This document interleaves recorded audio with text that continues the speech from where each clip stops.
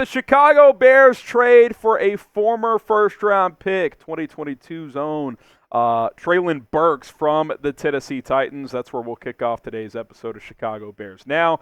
My name is Harrison Graham. Could they kick the tires here? Mike Clay, NFL Insider, tweeting this out with Tyler Boyd and Zay Jones visiting. It really seems like the Titans are planning to move on from Treylon Burks. I'm curious to see if a wide receiver-needy team takes a shot on the 24-year-old former first-round pick. I was guilty of actually liking Burks a lot when he was coming out of Arkansas. I'm still not sure the Titans have used him that properly. He's not really a premier route runner. That's not his game.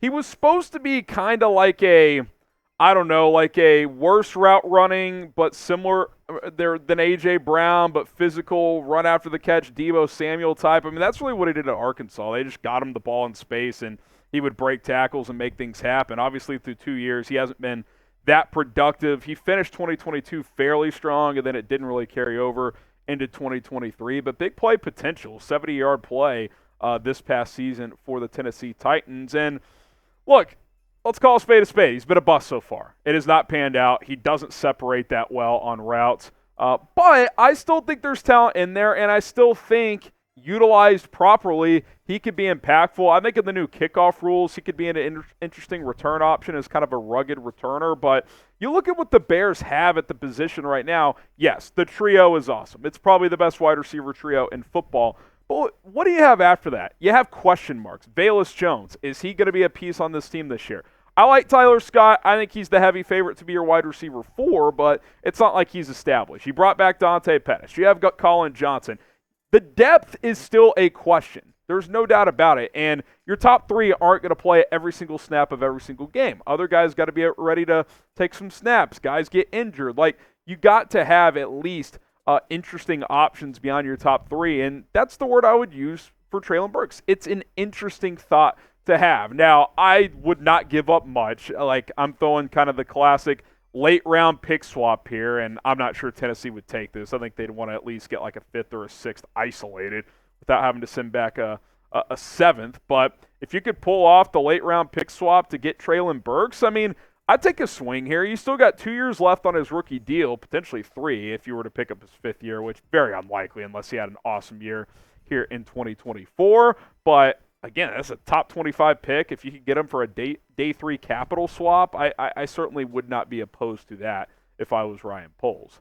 Now, would you do a late-round pick swap for Treylon Burks, kind of like what we proposed here? Type Y for yes, type N for no. Pin comment on today's episode. I think I would. Let me know what you guys think. From one wide receiver to another, Hunter Renfrow being mentioned by Bleacher Report as a potential fit with Chicago. Renfrow, not that long ago, a very productive receiver. Things haven't gone as well the past couple of years. Here's Joe Tanzi of Bleacher Report saying the Bears are set at the top end of their wide receiver depth chart with DJ Moore, Keenan Allen, and Rome Odunze, like we mentioned. However, they could use some help on the back end with a player who has a wildly different skill set than the other 3 pass catchers.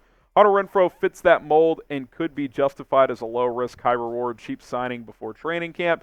Renfrow's production fell off after his 1,000-yard campaign in 2021 due to coaching changes in Las Vegas and injuries. And we'll kind of outline why the production has dropped off and if I think he's a potential fit for the Bears coming up here in just a few moments. But first, I do want to tell you guys about our sponsor on today's show.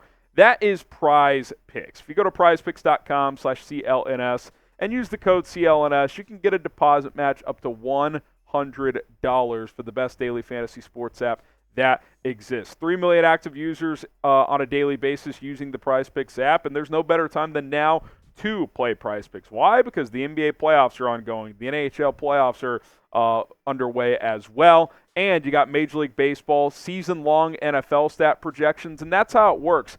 PrizePicks gives you stat lines for players, different statistical categories, and you just choose more or less. Like for the NBA playoffs tonight, I got Anthony Edwards more on the points, rebounds, and assists. It's possible Rudy Gobert doesn't play tonight, so I think he and Karl Anthony Towns, who have the more on the points as well, need to pick up the slack there. And then I'm going to take less on Josh Hart's points, rebounds, and assists. He kind of played over his head a little bit in the first round. I think those numbers come down a little bit, come back to earth at least early on in this Knicks-Pacers series. PrizePicks.com/CLNS. Again, the code CLNS to get a deposit match up to $100. Pick more, pick less. 2 to 6 player entries on those entries with PrizePicks. And if you win, you can withdraw your winnings. It's very, very simple. Check it out. Link in the comments and description and live chat if you're watching live here on Chicago Bears Now. You look at Renfrow's past 4 years, and, in 2020 and 2021, he really had ascended as a player. Not like an explosive guy, but, he kind of was like the cliche. This could be the next Wes Welker or Julian Edelman. Like, he's just going to be, they called him third in Renfrow in Vegas. Like, he was very reliable. And then the past 2 years, he just has not been that guy. And, it makes you wonder, is Renfrow cooked? Well, I'll point this out. Hunter Renfrow suffered a concussion in Week 2 of 2022, so 2 seasons ago, against the Cardinals in this wild overtime game that the Raiders blew against Arizona. And I don't know what happened. I don't know if that concussion is still lingering or if he just hasn't been trusted or, like the Bleacher Report writer said, just, the coaching changes, Josh McDaniels didn't utilize him. But he just simply has not been the same player since that moment. He really has not. I think he fumbled in that game too. Like, it was just an all-time, tough game for him, leaving with the concussion and not playing well. And since then, he hasn't looked the same. He kind of got phased out of their offense. So, the problem with him too is, like, he's a slot only. He wouldn't start here. So, I don't know. What do you guys think? Should the Bears sign Hunter Renfrow? Type S for sign or type P for pass. Give me your thoughts down in the comment section below. I'm probably passing. Like, he's going to be your wide receiver 4 at best. Tyler Scott can play slot, and he's way more explosive, and he could give you some juice as a returner. Renfrow's return punts too, but again, he's not very fast. He's more of a shifty, quick guy. He'd kind of be like Trent Taylor as a punt returner, to be honest. Like, sure, he'll catch everything, but he's not going to give you much after the catch. If you needed a slot, like, say the Bears didn't draft a receiver, and they could go with the third receiver. Sure, I could maybe be open to it, but the reality is I don't know what his role is if he's not going to play a lot on special teams. So I'd probably pass. I think he could fit in better elsewhere. Now, subscribe to the channel. If the Bears sign Hunter Renfrow or someone else, we're going to have you covered with the video. Lock us in for videos every single day. Hit that sub button. Turn on notifications. It's youtube.com/BearsNow. We appreciate the love. We appreciate the support. We'll keep it moving here on the channel all offseason long. Didn't want to get to some sad news. Ex-Bears quarterback Bob Avellini passed away over the weekend at 70 years old.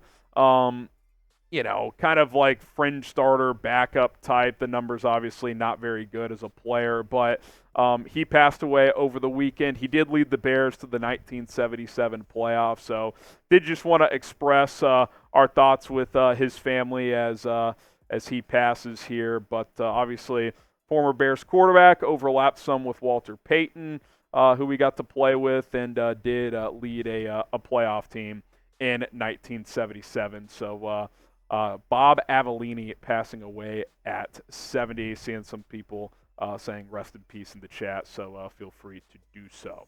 All right, there you have it. Today's Bears news and rumors here on the show. Appreciate everybody for tuning in. If you want to follow me more with what I'm doing around the Bears, at HGramNFL on Twitter, same on Instagram. You can find more coverage over there. Appreciate you guys for tuning in.